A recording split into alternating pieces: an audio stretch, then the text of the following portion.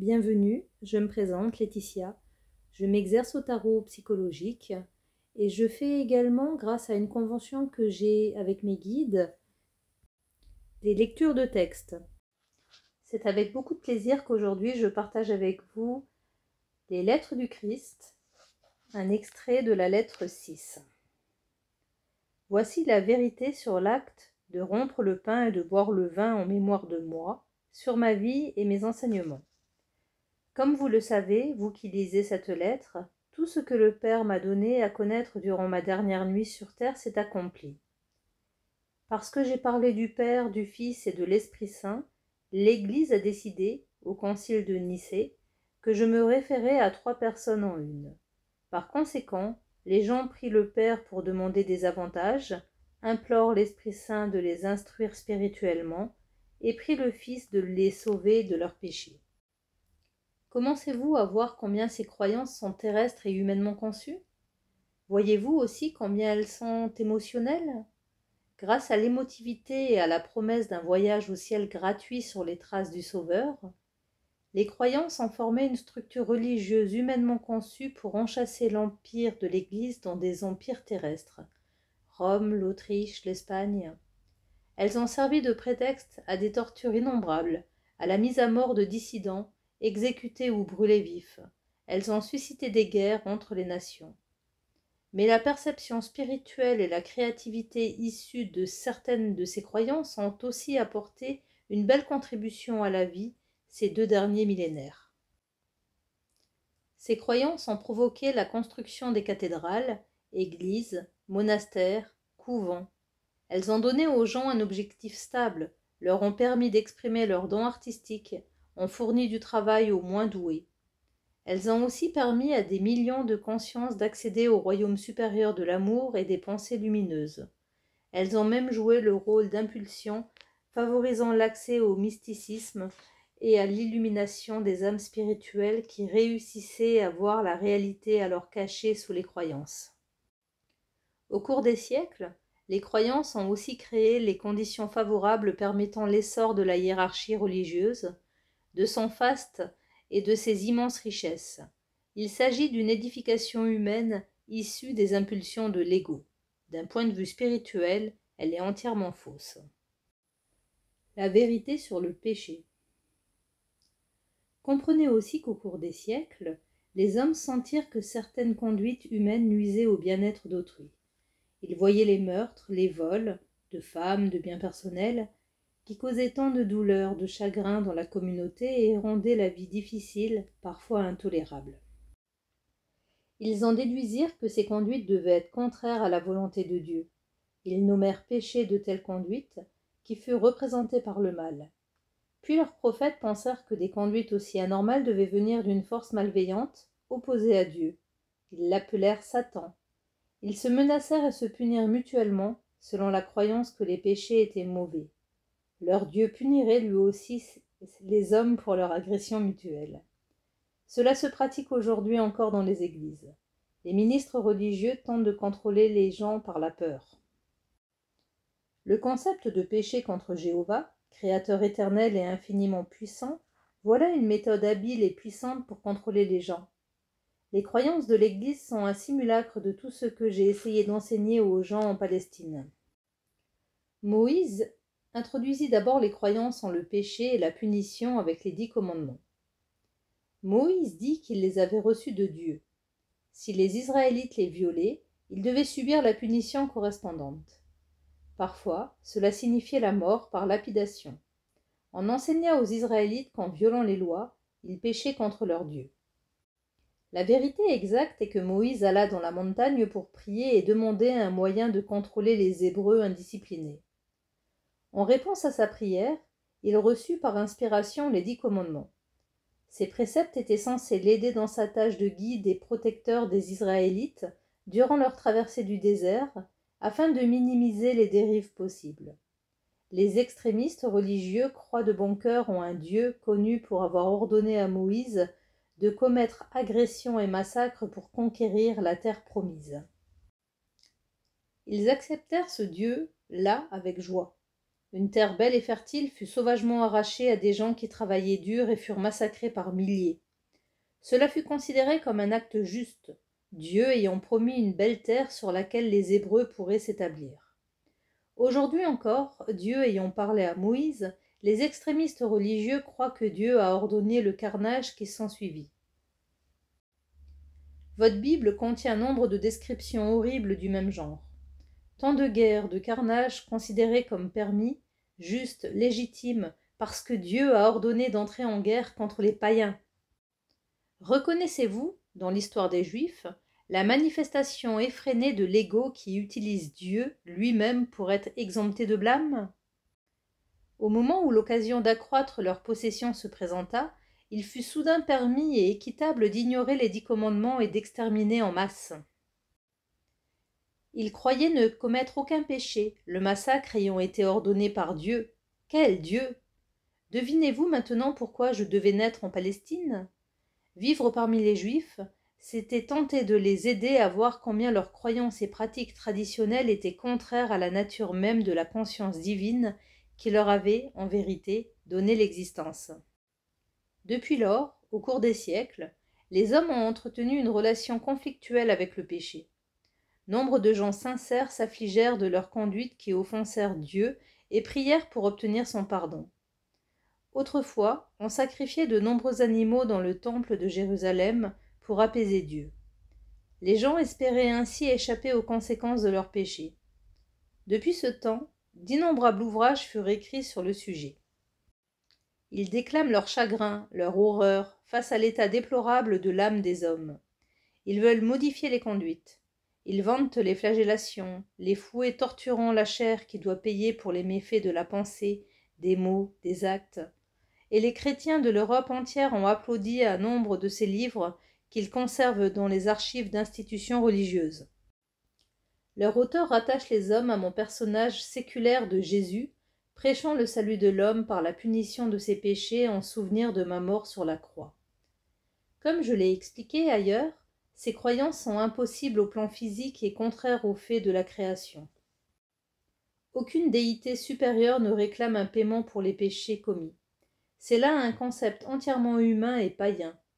Tous sont versés servant des rites religieux, d'où qu'ils viennent, et du paganisme. L'Église chrétienne a présenté à ses fidèles rien moins qu'une version glorifiée du paganisme. Quand les hommes rendent autrui malheureux d'une façon ou d'une autre, ils créent eux-mêmes ce qui leur sera restitué dans le futur, non comme un châtiment, mais bien comme une activité de création de la conscience.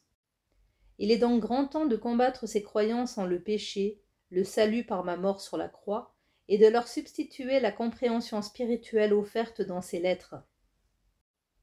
Encore une précision au sujet des doctrines religieuses.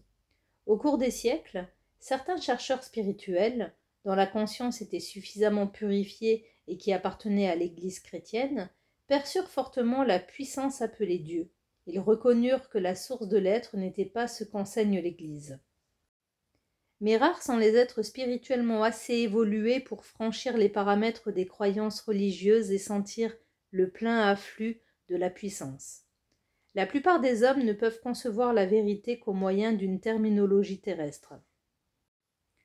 Moi, le Christ, je vous le dis, jusqu'à aujourd'hui, pas un seul parmi les saints n'a seulement entrevu la réalité de la création, ni même la vérité derrière le comportement humain, comme je vous les présente à ce jour. Le temps est assurément venu de vous dire la vérité sur le péché et le comportement humain. Il faut que vous sachiez ce que les gens font actuellement au monde et se font à eux-mêmes. Pour cela, il faut d'abord que vous renonciez totalement aux mythes séculaires de la doctrine religieuse. Montrez-vous maintenant enthousiaste, réceptif et ouvrez sans aucune restriction votre cœur à la réalité de l'existence. Si tel n'est pas le cas, les propos qui suivront n'auront aucune signification pour vous. Croyez-moi, il est impossible de mélanger vos vieilles croyances religieuses et la vérité de l'existence. Si vous tentez cela, soyez assurés que ce n'est pas la vérité que vous voyez, mais seulement votre adaptation personnelle, celle que vous croirez avoir retirée de votre lecture des lettres. Si vous persistez à chercher la vérité de l'existence, mais gardez une conviction hésitante, il est possible que votre recherche vous desserve. Vous voilà déchiré par l'indécision, la crainte, incapable de percevoir la vraie signification de ce nouvel enseignement. Vos perceptions, qui se développent, sont partiellement obscurcies par des messages issus de l'ancien conditionnement conscient et subconscient. Vous ne comprenez peut-être pas l'ampleur du problème en cet instant présent, mais il est majeur puisque vos croyances profondes actuelles sont la vérité actuelle qui vous sert à construire votre vie quotidienne. Elles sont votre vérité. Vos convictions et croyances fortement ancrées peuvent être totalement illusoires. Mais si vous croyez entièrement en elles dans votre subconscient, elles deviennent entièrement réelles pour vous. Peu importe à quel point les nouvelles idées qui contredisent vos croyances s'imposent à votre attention. Votre conscience divisée vous causera de grands malaises, peut-être de l'angoisse. Souvenez-vous, votre conscience est le tissu avec lequel vous habillez votre vie. Chaque réponse, mentale, émotionnelle ou physique, que vous faites à ce qui se produit dans votre vie, aussi infime que cela soit, provient de ce tissu de conscience. Votre conscience est votre réalité. Cette déclaration peut être exprimée de deux façons. Toutes deux sont la vérité de votre existence. Votre conscience crée votre réalité indépendamment des faits réels de votre vie terrestre. Au temps où les gens croyaient que la Terre était plate, ils craignaient de s'aventurer trop loin sur l'océan. Ils avaient peur que le bateau tombe par-dessus le bord terrestre. Les gens qui croyaient que la Terre était plate ont vécu selon cette croyance. Quand Galilée a déclaré que la Terre était ronde, on l'a considéré comme hérétique. Mais sa perception, rondeur de la Terre, a donné aux marins un nouveau regard sur le monde. Ils sont partis à la découverte de ce qu'il y avait de l'autre côté de l'océan. Il a fallu un changement de leur croyance pour rendre cela possible. Ces lettres vous mettent dans une position semblable. Ceux qui les méprisent et les ridiculisent ressemblent aux gens qui croyaient la Terre plate et craignaient de tomber par-dessus bord s'ils s'aventuraient trop loin à l'ouest ou à l'est du monde connu. Leurs fausses croyances limitaient sévèrement leur horizon. De même, les gens persuadés que le monde est solide ont un horizon extrêmement limité. Jour après jour, ils se lamentent et s'inquiètent des malheurs qui surviennent dans le monde. Ils croient ne pouvoir y échapper. Mais ceux qui saisissent et accueillent la vérité de la conscience que je donne au monde ressemblent aux gens percevant qu'il était possible de voyager sur les océans, surtout et dans toutes les directions, à condition de vouloir entreprendre un tel voyage. Donc, votre état de conscience est ce qui est primordial dans votre vie. Non pas vos relations, vos biens ou votre position sociale. Prenez soin de votre conscience, il s'ensuivra des bienfaits touchant tous les domaines de votre vie. Grâce à votre conscience, vous vous nourrissez d'amour, d'harmonie, de joie, de beauté, même au fond d'un taudis. Grâce à une telle conscience, vous vous verrez retiré du taudis et placé dans un environnement conforme à votre moi intérieur. C'est ainsi que vous vous dégagez des conditions désagréables. Après avoir lu ce qui précède, vous devriez être capable de voir que vous seul créez la qualité de votre monde intérieur, que vous soyez extérieurement placé en prison ou aux commandes d'un cuirassé. Vous pouvez améliorer votre environnement en rayonnant sur lui la force de vie qui anime votre pensée. Encore une fois, votre conscience est votre réalité, non votre conjoint, vos enfants, votre foyer, votre jardin, vos biens, vos qualifications, votre lieu de travail, vos amis. Quelle que soit la place, bonne ou mauvaise, que votre entourage et vos biens occupent dans votre conscience, cette place est seulement la perception personnelle que vous avez d'eux. Personne ne connaît vraiment la réalité des êtres. Nul n'accède à la bonté innée, cachée dans un caractère en apparence désagréable. À l'inverse, nul ne soupçonne les moteurs et désirs cachés d'un être en apparence charmant. Votre vie extérieure ne fait que refléter votre conscience. Elle ne peut ni créer ni déterminer. C'est impossible. Vos réponses conscientes. Vous êtes le créateur des réponses. Ce que vous allez créer dépend entièrement de vos perceptions les plus profondes et de vos croyances sur l'existence. En outre, vous pouvez choisir à tout moment de démanteler progressivement votre monde intérieur pour créer un royaume plus harmonieux d'amour, de vitalité, de joie grandissant, même si vos objets extérieurs, personne ou bien, reste identique. Le pouvoir spirituel du tissu de votre conscience rayonnant vers l'extérieur sera absorbé par les gens, les plantes et même les briques, le mortier de votre proche entourage. Des changements nets et des améliorations évidentes se produiront tout autour de vous. Votre destinée dans cette vie, ou dans une vie future, est de parvenir à cette réalisation totale et complète. Alors vous cheminerez vers la maîtrise de soi, jusqu'à devenir le véritable maître de votre monde de conscience humaine, pénétré et soutenu par la conscience divine. Moi, le Christ, je vous confie cette lettre. Vous êtes maintenant en pleine possession des faits importants de la création qui peuvent vous aider à dépasser l'ego, ce gardien de votre individualité, et à retourner vers l'universalité d'être d'où vous venez. Les moyens d'accéder à l'amour, la joie et l'accomplissement personnel inconditionnel sont entre vos mains. Rappelez-vous, je désire ardemment les progrès du voyageur spirituel.